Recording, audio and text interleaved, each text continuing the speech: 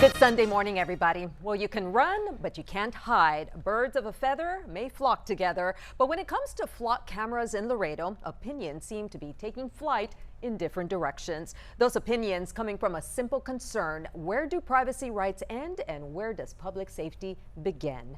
Last time I checked, I had to physically click on accept on terms and condition, and it was my choice. With this system, there is no such thing. I'm not a criminal. Why are we willing to surrender our liberty in the name of safety? To quote Benjamin Franklin, those who give essential liberty to purchase a little temporary safety deserve neither liberty nor safety. Well, those were just some of the fears highlighted during last week's City Council meeting. It followed the Laredo Police Chief's presentation on the department's use of flock cameras, explaining what the technology can do and what it can't. The technology has been a hot topic across the country, prompting concerns that the company's automatic license plate readers and AI-driven cameras raise privacy and civil liberty concerns. Those concerns echoed speaker after speaker. In more than an hour spent at the podium, the chief focused on a prevention-first approach to policing and the future of public safety in Laredo, touching on the department's philosophy, addressing misconceptions, outlining accountability measures, and more. Well, joining us this morning is Laredo Police Chief Miguel Rodriguez, along with KGNS political contributor Tanya Benavides, and of course they are both joined by KGNS General Manager Luis Villarreal. Good morning, everybody, and thank you so much for joining us. Good morning. Morning. You were an hour at the podium, Chief, talking about this system, and I want to start by, first of all, thank you, Tanya and Chief, for being here today, because this is a topic that's been in the news a lot lately, just not here, everywhere. But for those who are not familiar with flock cameras, especially when they see the word flock, can you just give us a simple explanation as to what they are? Well, the simple explanation I can tell you, Mindy, is that this is a technology that takes pictures of license plates, takes picture of vehicles going on public roadways. And it's a prevention tool, one, and it's also an investigative tool for the police departments across the nation. Pretty much, you know, the misinformation out there is that it takes facial recognition, that it gives speeding tickets, that if you ran a red light, that we're going to be sending you a ticket, right? And that we're constantly tracking anybody at any time. And so we get into this conversation a lot because, you know, to track somebody 24/7, it's impossible. Right, and we know very well that if the investigation gets at the level of tracking, we have to install a GPS device and things like that. We do need a search warrant, and we have to abide by those laws that gives us the ability to do that. But it has to go through the court system and making sure that we do the process of getting a warrant and installing a GPS tracker. Those things happen, but when we're saying that this type of devices are doing that, that's wrong. That is not what these devices are for. And the bigger picture for us is to make sure that we have the ability to get to the bad element a lot faster. Traditional policing is longer investigations, taking more time. So by the time we finish with an investigation, the way we used to do it before, there was already 5, 6, 7 victims more, right? That, you know, burglar vehicle. By the time we get to the bad guy, it was taking us maybe a month, 2 months to get to him. And by that time, we already had, you know, 6, 7, 8 more victims on a burglar vehicle that happened at Alexander and South Laredo, anywhere, right, that we would have those events. The other one is, you know, our recent homicide, the last homicide that happened on San Bernardo. That one, it would have been very difficult to solve if we wouldn't have this technology, right? So this technology, again, it very simple. It just takes pictures of vehicles going on public roadways, takes pictures of license plates, and we only retain that information for 30 days, and then it gets erased. A lot of the conversation about this is our safeguards, right? What's our policy? Who can run these searches? And so we go into the policy of the Laredo Police Department. Officers are not allowed to run searches, and they don't have that ability on the system to run searches. Who does? It's got to have to be the investigator and up. So an investigator and supervisors are the only ones that can search right now that system. And so the policy is very clear, and more than anything is that you have to have a case number and you have to have a law enforcement purpose to do those searches. If you're running So a you search, can't have your friend call you and say, "Hey, can you check where my wife was last absolutely week?" not. It's the same. It's the same safeguards. Absolutely not. It's the same safeguards as when you're running a plate with the state. The same safeguards.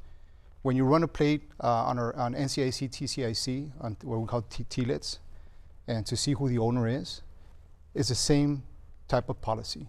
Not anybody and not everybody can run that plate. You have to have a specific purpose to run that plate, and it gets documented and stamped who ran it, for what purpose, and if you're doing it for the wrong reasons, believe me, we're going to go back, and that is an access to a system, and that is a violation, and it is subject to termination when you do that. Daniel, what are your opinions on this? I know that you're pretty up to speed on flock cameras, and what have you heard out there in hearing others talk about this? Yeah, I think the first thing that I'll say is that I found it very interesting that when this vote came before council, there was no conversation or discussion around this. When AOPRs have been in the news for the last 2 years all across the state, all across the country. So in Texas, there has been 4 major localities, 1 county, and one of the largest cities in the country that both rejected and declined to extend pilot programs or to purchase additional flock cameras after some of the concerns that were being brought out about not just the use of the technology, but the technology being evolving in itself. So while there may not be facial recognition that is used to identify potential suspects, one of the main concerns is that flock has gone from being able to provide a still image of a car, of a license plate, to be able to provide 15-second clips of movement, right, with that same technology, to now something that flock is promoting, and I encourage you to look into this, is the Nova technology, which is actually going to allow the technology to be able to use artificial intelligence on the person driving the vehicle. So while their flock may be telling you certain things are in place and certain guardrails exist, the reality is that with this expansive use of technology and artificial intelligence evolving, at one point we need to ask, when is it too much? When is it going to evolve beyond our control and beyond the capabilities that we want to leverage it for versus what the company wants to make happen? Which another big concern is they want to give all this data to commercial data brokers, right? And that is a concern because we don't need more of that, we don't need our personal data being out there, right? And being tied to our everyday movement. So I think we do have to question at what cost does the loss of public trust erode public safety? And at what cost are we promoting advanced use of technologies to solve crime, but also losing our right to privacy? What privacy, if I'm just playing devil's advocate, what privacy do we have while we're on a public road? Well, nobody's watching you, right? Like, you get to leave your home. You don't have to say where you're going, right? Like, that's a tenet of democracy, right? Having freedom of movement, right? Right. And being able to. But other people are seeing you. Other people are seeing, of course. And we're not strangers in the border to the surveillance state, right? I don't know if y'all knew this, but DHS can access your CarPlay technology at the checkpoint. You also have a right to decline. You also have a right to decline to answer those questions. I found the comment on Monday very interesting where a commenter said there were no terms or conditions that we accepted. Granted, nobody expects you to read. Have you ever read any of those terms and conditions? Nobody expects you to read terms and conditions, but there has been a level of consent when you use social media, when you plug your phone into your car. There has been no terms and conditions, no consent offered whatsoever to us being monitored with this technology. So if I may just also point out that, listen, I think I understand the concerns, but I also find it a little ironic that we give rights to access our information to people every day in way, and I know you're saying we're releasing our information, but nobody's reading what you're releasing, and the fact, and you know, your mobile phones, your cars themselves. I mean, they're being tracked already, and so if this is something that can help us deter crime or prosecute or fine, I mean, I don't think we're going to be giving any more than we've already given without knowing. We don't know that though. I think that's the point. Anytime that you're talking about somebody about a mattress and then you go home and you get a mattress ad, it's like, wait a second, who was listening to my conversation with Tanya this morning? Yeah. And so what I'm saying is we're already there, and this is for a legitimate purpose.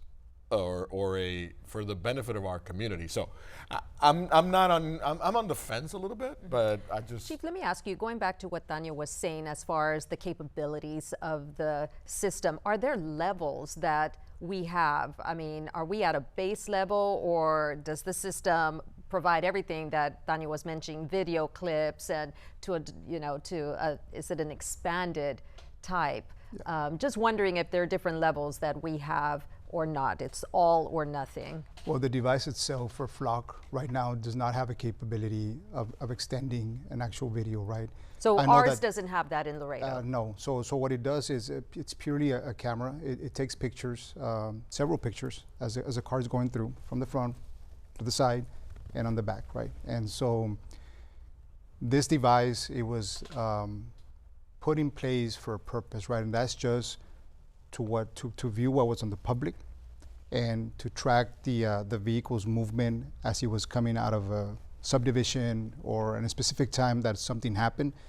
That was the only purpose this technology was put there for. The bigger picture here is also that this technology can be put anywhere, right? It can be put on traffic poles, you can put a stop signs, you just have to put the solar device for it to power it and stuff like that. And my point to when we were deploying this was like, we want to make it very in your face. It's right here. You're being watched. Because we wanted the public to know, hey, there is a license plate reader here. But the bigger point to this was we wanted the bad element to also say, man, they just caught me on camera, right? I'm not going to do anything. And so we wanted to use it as a prevention tool as well, because we're 82 officers short as it is. And to continue with this notion that we want more police officers to prevent things from happening and to keep our community safe. As it is right now, look at our budget, right? You're going to see on our budget talks that the city, does not have the capacity to be adding more and more officers. And for us to be putting $100,000 per year to attract an officer to come and work for our city, it's not going to work out, because it doesn't make any sense. Here we are talking about being responsible with our budget and making sure that we keep our community safe with what we currently have. Technology, this is all bought through grant funds. Yeah. This is from the state, right? And so our purpose was to, hey, how can we get what we need to continue providing that safety to our city and continue with our mission without tasking and the city's budget to continue growing, because the city continues to grow. There's no way that the city is going to stop growing. And so we were just made aware that there's about 2,000 lots coming up in South Laredo. Imagine that. Close at Winfield, you get about 5,000 lots. Imagine that, to be able to respond to those areas, right? So that's why I presented this model, right? Prevention first. Where are we making the most impact? Where is the officer needed versus we just want to be out there and be present, right, and be that prevention tool. This is a prevention tool that's getting us to a 60% decrease in crime. We're going to talk a little bit about the percentages when we come back. From theory to practice, we'll take a look at flock cameras in action and how they've already been used in all types of crimes and cases right here in Laredo. Stay with us.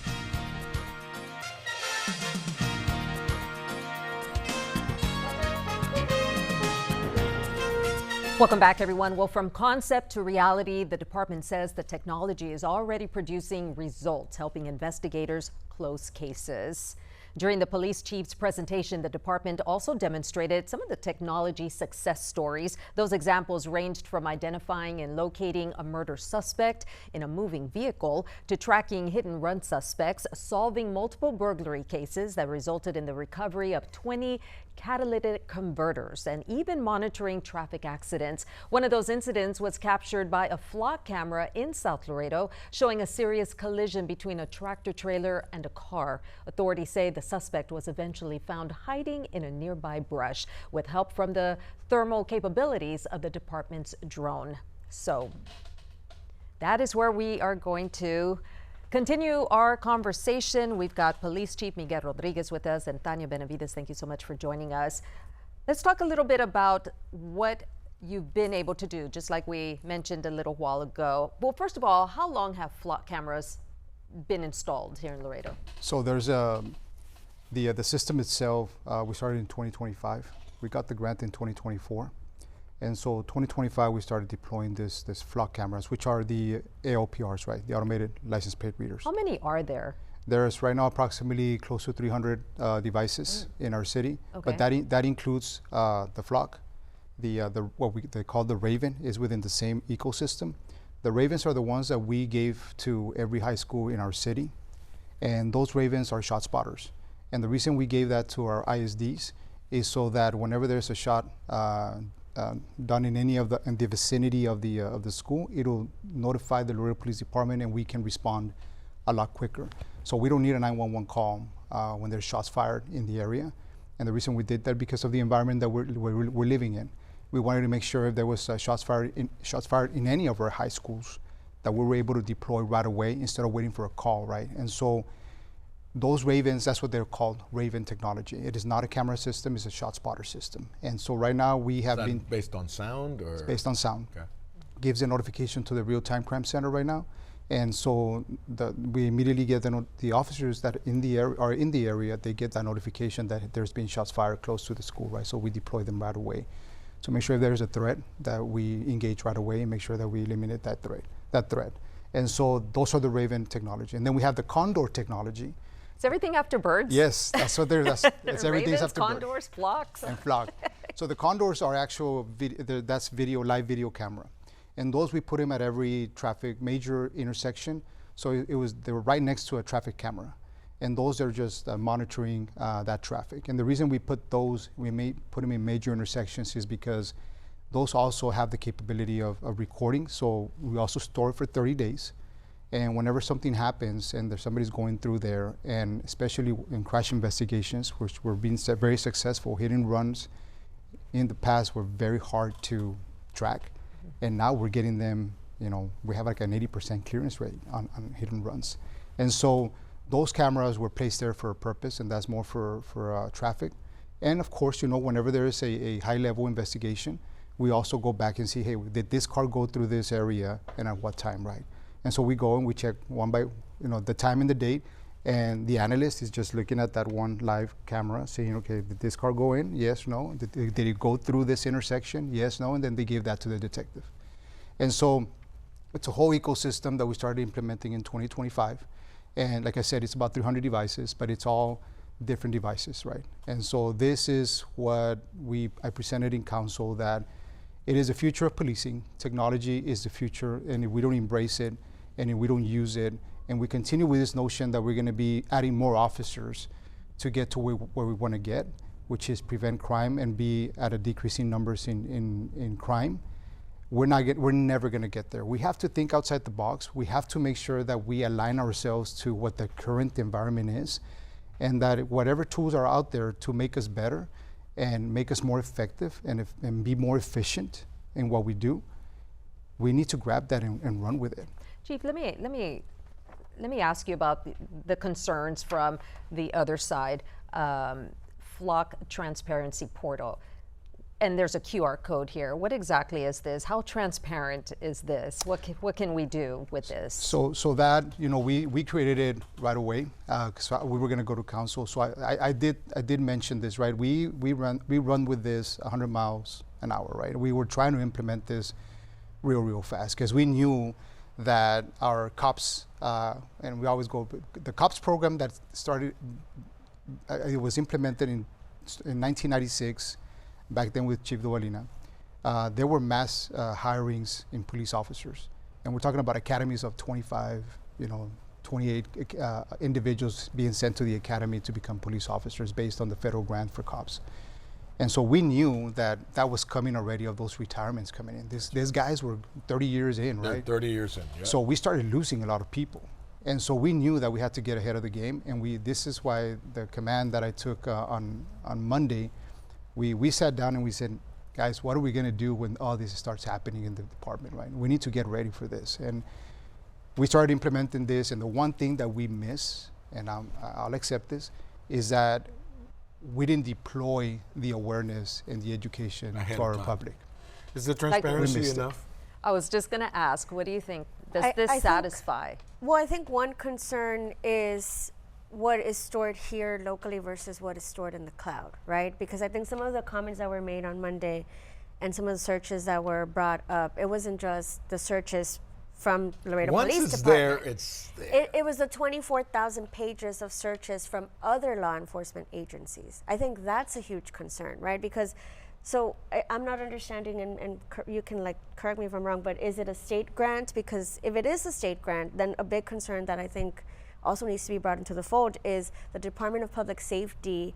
Does it have access to this technology? And what does that implicate when we know that the state continues to push sort of, allowing state troopers to be immigration enforce enforcement immigration. actors, right? And now we're the new SB4 is also trying to deputize regular local law enforcement officials, police department officials to also be able to do this. So there are still the questions of beyond the Laredo Police Department, who has reach and access to this data? What do they need to do it? I mean, you need a warrant to access cell phone tower data, right? But do you need a warrant to access this data? I think the searches tell us that there's more to ask. So I think who are this you is a sharing good this start, with? maybe. So but right now not- we have 5 agencies that we share with this. I think the ones that we're sharing this information with is law enforcement agencies that we currently have investigative leads, or that we have an investigation open, right, where we know that there is a connection. I'll tell you one, Edinburgh PD, right, where there's a connection there with an investigation that we have. We're sharing the technology because our task force from here and the task force from Hidalgo County, they're doing the same. They're dealing with the same players in that particular investigation. And so what we do, we say, hey, what's happening over there? We're looking at this individual that is constantly traveling in Laredo, but is also traveling in Edinburgh, McAllen, and all those areas, right? And so we share with those individuals when there's an active investigation. And I mean, we for us, whenever we're searching, we have to put a case number, and we have to put everything based on policy that's from the Laredo Police Department. When they're searching on our database and our information, they have to also provide that information because they also got they got this ecosystem from FLOG through state grants. And so for us, and I see it at this board at the state level, we have been very, very aggressive in telling everybody that we have to be responsible with the information. And so we push this out that anytime that we are sharing information, it has to be for law enforcement purposes. Because as we know, it takes one individual to do something bad, and making sure, and for us, we need to make sure that that doesn't happen. Yeah. And so yes, there is a sharing capability, but I can tell you this, that once this investigation is done, we turn that thing off, right? We have to. Okay. Thank you so much, Chief. And Tanya, we're going to take another quick break. We'll be right back. Welcome back, everybody. We are going to take the last couple of minutes that we have just to give a big shout out to the first responders and the Good Samaritans out there that all came out and risked their lives for the plane accident that happened this past weekend. You can see the video there. Chief, last words. You know what, I said it yesterday, Mindy, you know, we're proud of our city. These Good Samaritans that stopped and helped the individuals inside that plane, it is just very heroic. Our officers, right, that were running all over the place and making sure that they were able to, get to them. It was just, a thing that we always say, we're losing that, right? But then this shows us this happens, and this shows us we're not losing much. Here we are, right? So yeah, I'm just proud of our officers, proud of our city. And we continue doing these great things in our city, and continue with the motion, right? That when something like this happens, everybody becomes one, and especially with the traffic, it's chaotic. Yeah. But we were able to handle it right. Everybody was late to work. Yes, everybody was. Tanya, thank you so much, Chief. We appreciate it. Thank you so much. That does it for this episode of Beyond the Headlines. Make sure to tune in next Sunday for another episode. Until then, have a good week.